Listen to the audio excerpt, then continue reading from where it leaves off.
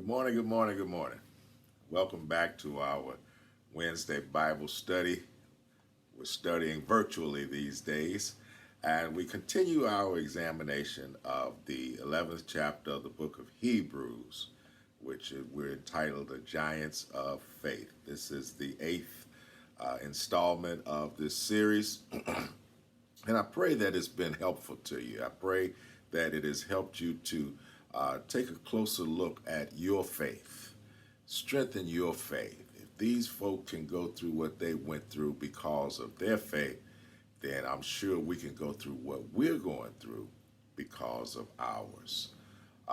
Thus far, we've seen some tremendous acts of faith performed by notable Bible characters. The names are familiar, their deeds are well known, and their faith is legendary.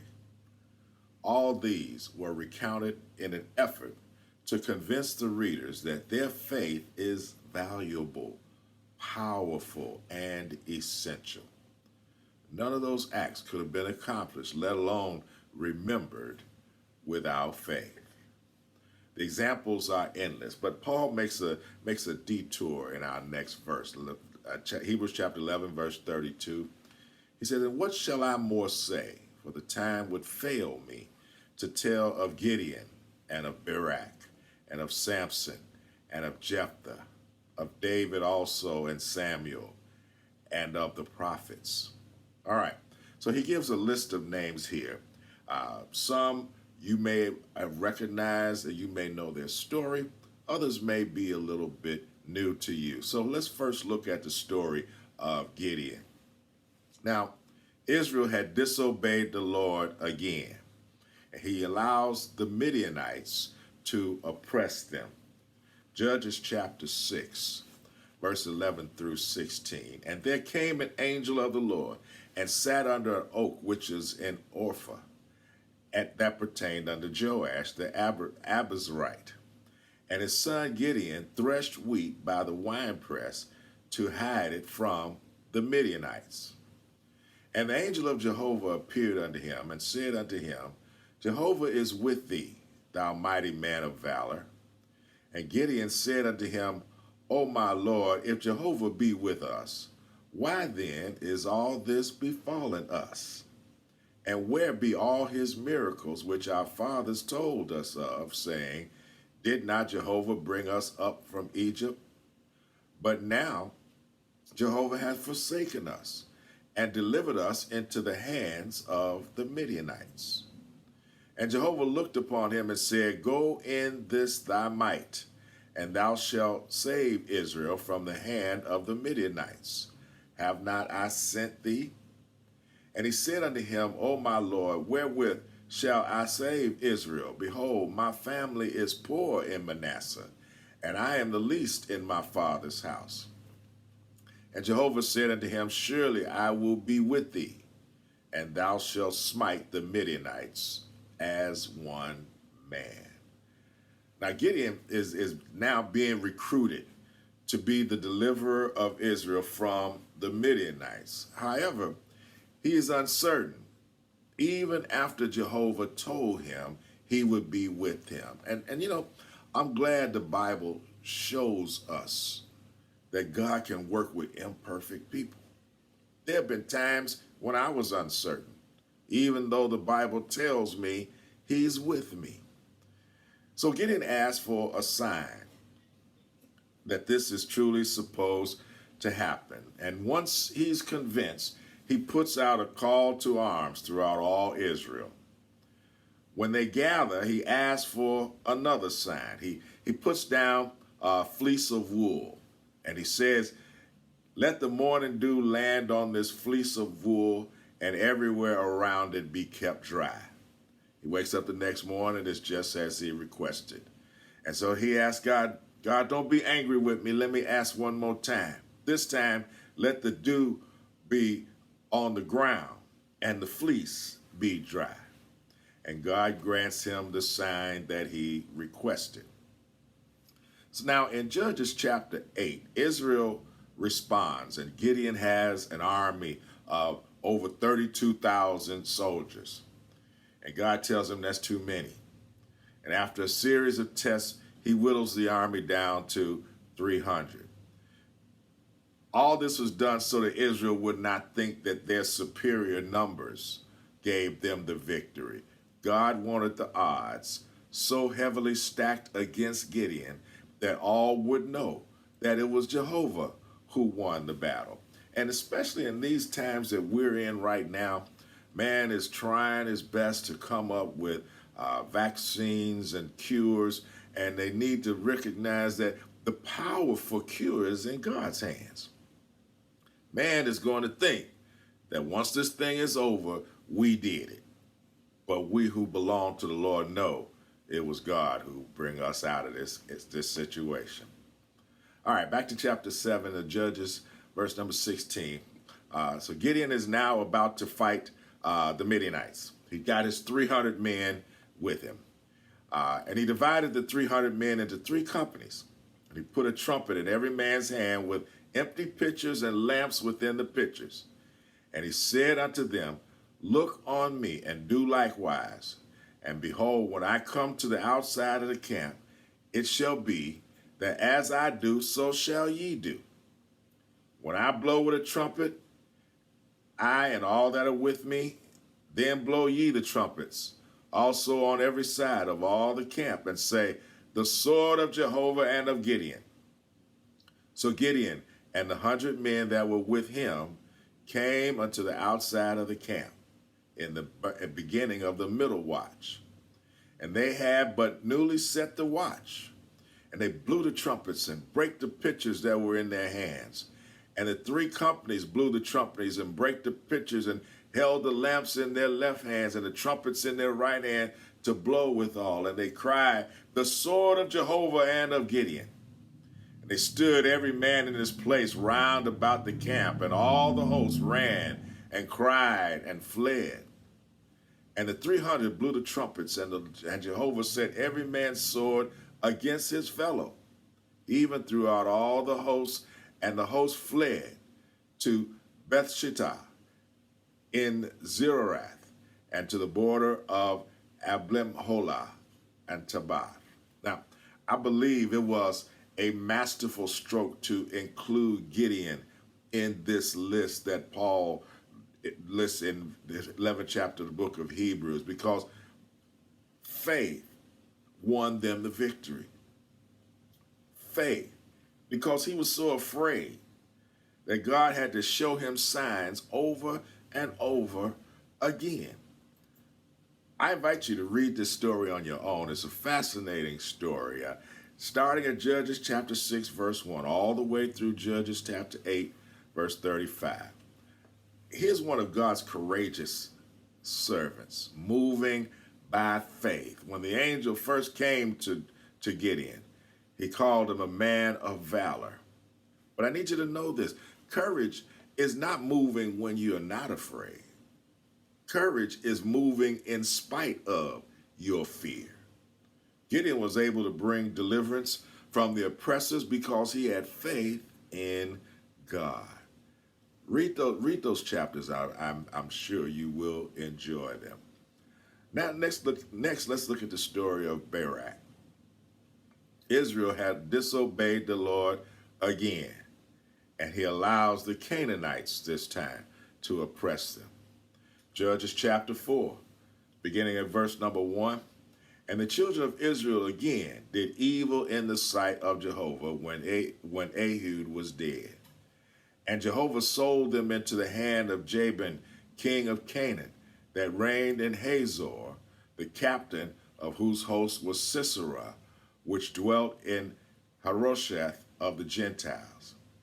And the children of Israel cried unto Jehovah, for he had 900 chariots of iron, and 20 years he mightily oppressed the children of Israel. And Deborah, a prophetess, the wife of Lapidoth, she judged Israel at that time. And she dwelt under a tree, the palm tree of Deborah, between Ramah and Bethel in Mount Ephraim. And the children of Israel came up to her for judgment. And she sent and called Barak, the son of Abinoam, out of Kadesh Naphtali, and said unto him, Hath not Jehovah God of Israel commanded, saying, Go and draw toward Mount Tabor, and take with thee 10,000 men of the children of Naphtali and the children of Zebulun? And I will draw unto thee to the river of Kishon Sisera, the captain of Jabin's army, with his chariots and his multitude, and I will deliver him into thine hand. And Barak said unto her, If thou wilt go with me, then I will go. But if thou wilt not go with me, then I will not go. And she said, I will surely go with thee. Notwithstanding, the journey that thou takest shall not be for thine honor, for Jehovah shall sell Sisera into the hand of a woman. And Deborah arose and went with Barak to Kadesh. And Barak called Zebulun and Naphtali to Kadesh, and he went up with 10,000 men at his feet, and Deborah went up with him. Now Heber the Kenite, which was one of the children of Hobab, the father-in-law of Moses, had severed himself from the Kenites, and pitched his tent unto the plain of Zaonaim, which is by Kadesh. And they showed Sisera that Barak, son of Abinoam, was gone up to Mount Tabor. And Sisera gathered together all his chariots, even 900 chariots of iron, and all the people that were with him, from Harosheth of the Gentiles unto the river of Kishon. And Deborah said unto Barak, Up, for this is the day in which Jehovah hath delivered Sisera into thine hand. Is not Jehovah gone out before thee? So Barak went down from Mount Tabor, and 10,000 men after him. And Jehovah discomfited Sisera, and all his chariots, and all his hosts with the edge of the sword before Barak, so that Sisera lighted down off his chariot and fled away on his feet. But Barak pursued after the chariots and after the hosts, unto Harosheth of the Gentiles, and all the hosts of Sisera fell upon the edge of the sword, and there was not a man left. Howbeit Sisera fled away on his feet to the tent of Jael, the wife of Heber the Kenite, for there was peace between Jabin, the king of Hazor, and the house of Heber the Kenite. And Jael went out to meet Sisera, and said unto him, Turn in, my lord, turn in to me, fear not. And when he had turned in unto her unto the tent, she covered him with a mantle. And he said unto her, Give me, I pray thee, a little water to drink, for I am thirsty. And she opened a bottle of milk, and gave him drink, and covered him. Again he said unto her, Stand at the door of the tent. And it shall be, when any man doth come and inquire of thee, and say, Is there any man here? Thou shalt say, No. Then Jael, Heber's wife, took a nail of the tent, and took a hammer in her hand, and went softly unto him, and smote the nail in his temples, and fastened it into the ground. For he was fast asleep and weary. So he died. And behold, as Barak pursued Sisera, Jael came out to meet him, and said unto him, Come, and I will show thee the man whom thou seekest. And when he came into her tent, behold, Sisera lay dead, and the nail was in his temples. So God subdued on that day Jabin, the king of Canaan, before the children of Israel. And the hand of the children of Israel prospered, and prevailed against Jabin, the king of Canaan, until they had destroyed Jabin, king of Canaan. Now, Barak went out to do battle for Israel at the call of Deborah, the prophetess and judge of Israel. Here's another one that Paul mentions, who subdued kingdoms because of his faith. If faith could motivate them and strengthen them with what they faced, why can't faith motivate and strengthen us with what we face? Truly, there is nothing too hard for God. Paul also mentions Samson. Let's look briefly at Samson. His story includes numerous episodes where God used him to fight the Philistines. Read Judges chapters 13 through 16 for his full story. Many of those episodes are familiar to you, but we've seen already God come through for Israel against the Midianites, against the Canaanites, and now against the Philistines. Judges chapter 13, verses 1 through 5. The text reads, "And the children of Israel did evil again in the sight of the Lord, and Jehovah delivered them into the hand of the Philistines 40 years. And there was a certain man of Zorah of the family of the Danites, whose name was Manoah, and his wife was barren, and bare not. And the angel of Jehovah appeared unto the woman, and said unto her, Behold now, thou art barren, and bearest not, but thou shalt conceive, and bear a son. Now therefore beware, I pray thee, and drink not wine nor strong drink, and eat not any unclean thing. For lo, thou shalt conceive and bear a son, and no razor shall come on his head, for the child shall be a Nazarite unto God from the womb. And he shall begin to deliver Israel out of the hand of the Philistines." All right, here's the birth of Samson to a couple, members of the tribe of Dan. His purpose is to begin to deliver Israel from the Philistines. There were many battles and much drama which filled Samson's life. In the end, he won his greatest victory. Again, I encourage you to go and read chapters 13 through 16 about the life of Samson. But let's look at the end. Judges chapter 16, verses 28 through 30. Samson has been captured. Samson has been blinded. Samson is being humiliated. He's put in the arena for sport of the princes of the Philistines. And now he's chained, and he's standing before his tormentors.